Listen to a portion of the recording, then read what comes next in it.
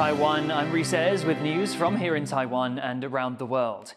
We begin today in South Korea, where a vote to impeach President Yoon Suk-yeol has failed. His own party has said Yoon will step down in good time, but the public and opposition may be hungry for harsher punishments, as arrests related to his decision to call martial law begin. Calls to impeach South Korea's President Yoon Suk-yeol continue, even after an initial attempt failed, when ruling party lawmakers boycotted the vote, simply leaving the building, leaving a crowd of frustrated protesters accusing politicians of abetting a man who tried to put his country under martial law. Opposition leaders are also saying the ruling People Power Party is ignoring the public and acting undemocratically. 국민의힘은 민주정당이 아닙니다. 국민의힘은 내란 정당, 군사 반란 정당입니다. Politicians say they'll keep trying to impeach, though another vote may not be necessary, as on Saturday night the ruling party announced they had agreed to oust their own president themselves eventually. 국민의힘은 혼란을 최소화하기 위해서 대통령의 질서 있는 퇴진을 추진할 것입니다.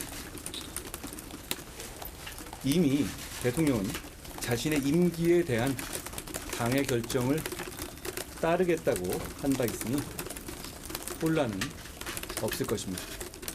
And on Sunday morning, after resigning just days earlier, ex-Defence Minister Kim Yong-hyun is now under arrest and under investigation for insurrection, for reportedly proposing Yoon declare martial law. Tens of thousands of South Koreans have been, for the most part peacefully, calling for the removal of President Yoon since December 3rd, when he unexpectedly declared martial law. Yoon claimed he was acting to protect the country from North Korean agents, but quickly rescinded his decision hours later, after a unanimous vote from lawmakers to block him. Many in Seoul say they'll continue fighting for their hard-earned democracy. 지금 현재 대통령이 내려와야 되지 않을까요? 지금 현재 상태로서는.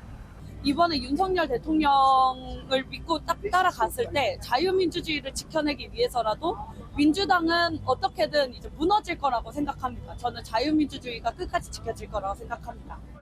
For now, Yoon is set to remain in position, but with continuing calls for impeachment and his own party promising his departure, Yoon's days as president look to be numbered. Howard Jung and Reece for TaiwanPlus. The number of Chinese naval ships operating around Taiwan has doubled over a 24-hour period. Taiwan's Defense Ministry on Sunday morning said that it had detected 14 Chinese naval vessels near Taiwan, up from 8 the day before. China is expected to launch military drills around Taiwan in the coming days in response to Taiwan President Lai Ching-te's recent tour of diplomatic allies. China claims Taiwan as its own and says Lai's transits through 2 US territories undermined China's sovereignty. Hypersonic missile technology has emerged as a destabilizing factor in international security. Russia recently fired one of its new Oreshnik missiles at Ukraine, the first use of these weapons in war. From East Asia to Europe, these fearsome weapons are fueling new global tensions. Adil Bra reports. Traveling at 5 times the speed of sound, hypersonic missiles are spurring a new arms race. These weapons are not just fast, they are hard to detect, making them a challenge to defend against. China, Russia, the US, India and North Korea are thought to have developed their own versions of the missiles. But information about them is hard to come by as countries remain highly secretive about their capabilities. Russia fired its first Oreshnik missile against Ukraine last month, the first use of a hypersonic missile on the battlefield. Experts are now speculating what this means for the Russia-Ukraine war. You know, this is a new capability, but it is not a capability that represents a dramatic change in in the way that conventional weapons are developed. It's a series of old technologies that have been put together in a new way. Hypersonic weapons capabilities have existed since the mid-20th century. But a new set of technologies is making them more lethal and harder to detect. New developments allow a weapon to maneuver as it re-enters the atmosphere, traveling faster than a traditional ballistic missile and able to evade defense systems due to its unusual trajectory. This is called a hypersonic glide vehicle, and so far it's very hard to detect. As countries race to develop hypersonic missiles, others are working to upgrade missile defenses. Some experts feel that this is just a transitionary phase and missile defenses will eventually catch up to this kind of weapons. China and Russia have taken the lead in developing hypersonic missile technology. Last year, former US Indo-Pacific Commander Admiral John Aquilino said the US is behind China in its hypersonic missile program.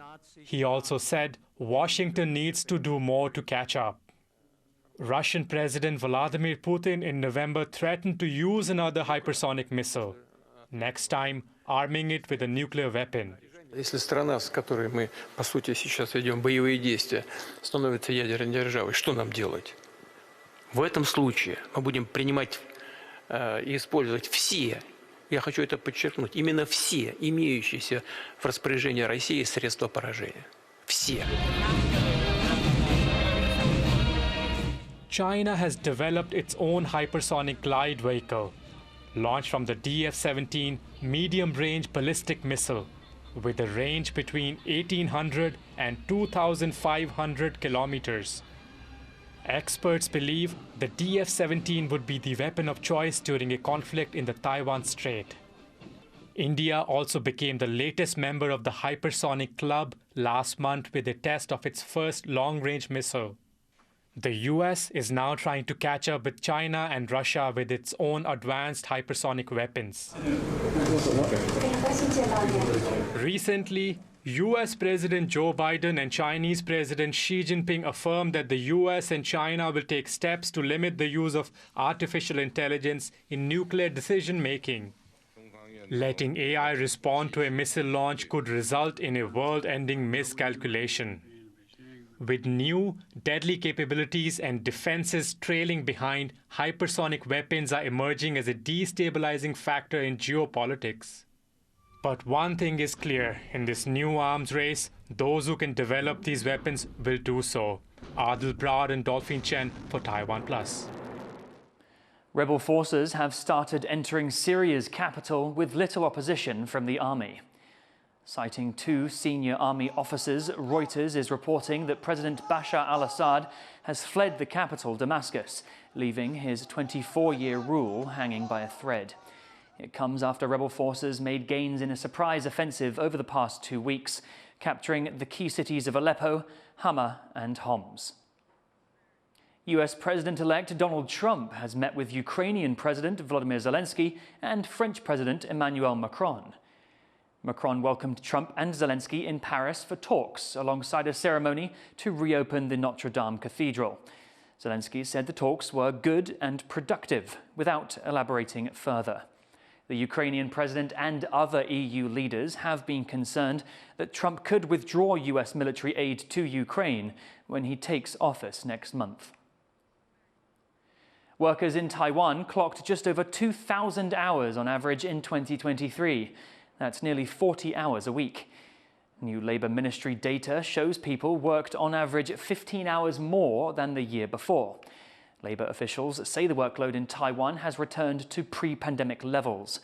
When compared with other developed countries, Taiwan ranks 5th overall for longest work hours. It's second in Asia, behind Singapore. Labour advocates say the uptick in working hours is due to low salaries. 多数的劳工都必须要靠加班来贴补家用，提高他的薪资。所以我们认为说，就台湾的整体的产业环境的薪资应该要去做提升。The trade union has also suggested implementing stricter rules for rest days and increasing the number of national holidays to give workers more time off. A Tainan temple is protesting its listing as one of the city's historic buildings. The management argues that it would be better to rebuild from scratch due to heavy damage. As John Van Trieste reports, it's a battle between cultural preservation and concerns for visitor safety. The Xiajiadong Qingzhong Temple has stood in its present form since 1967. Its rich woodwork carved by famed craftsman Xu Hanchen, a man who at nearly 100 years old is on the Culture Ministry's list of Taiwan's national living treasures. And it's this fine work that landed the temple on the southern city of Tainan's list of historic buildings. For many institutions, this would be an honor, but some worshippers find it a nuisance as the aging building falls apart.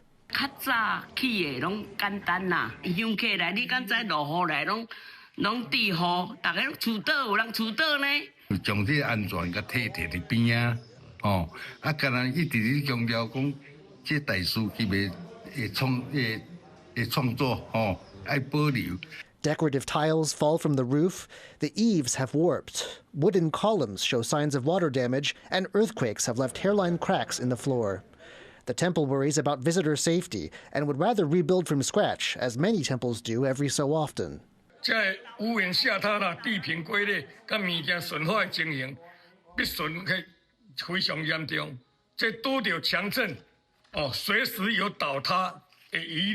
A report by a civil engineers union backs the idea of tearing down and rebuilding. But the city has promised financial help, even pledging to get funds from the central government if needed. 当代一个相当技艺不错的一个艺师们的一个作品的汇聚的地方，屋面坍陷的部分，那这部分我们文资处会辅导来庙方来做紧急的一个加固的一个处理。那对于整体的安全的一些问题，那我们资处这边也会辅导庙方来做一个结构的一个安全的一个出品的一个工作。那大家希望能够一起来共同来保有我们后壁这项的一个文化资产。 But that's not what the temple management wants to hear. It's seeking an administrative remedy and may even launch a protest campaign to get permission to demolish and rebuild, the path it believes is best for its community of worshippers. Luffy Li and John Van Trieste for TaiwanPlus. A park in Taidong on Taiwan's east coast has a rare visitor, a Siberian goose, making the most of a good stopover spot on its annual migration south. John Van Trieste is back with this story.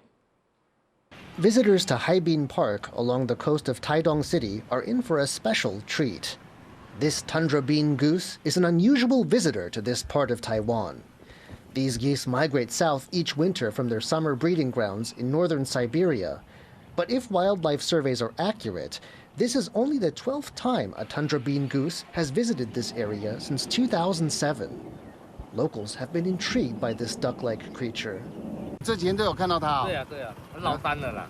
Though this goose appears scared of dogs, people may get as close as they like.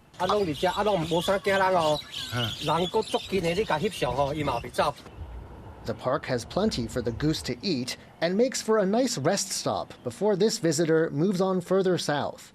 For local birdwatchers with an interest in lesser spotted species, its appearance is a special opportunity. Alex Chen and John Van Trieste for TaiwanPlus. Thank you for watching What's Up Taiwan. You can visit the TaiwanPlus website or follow our social media for more stories from Taiwan and around the world.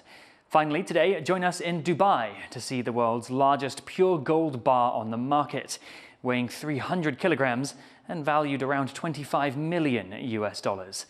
I'm Reece. Take care and see you next time.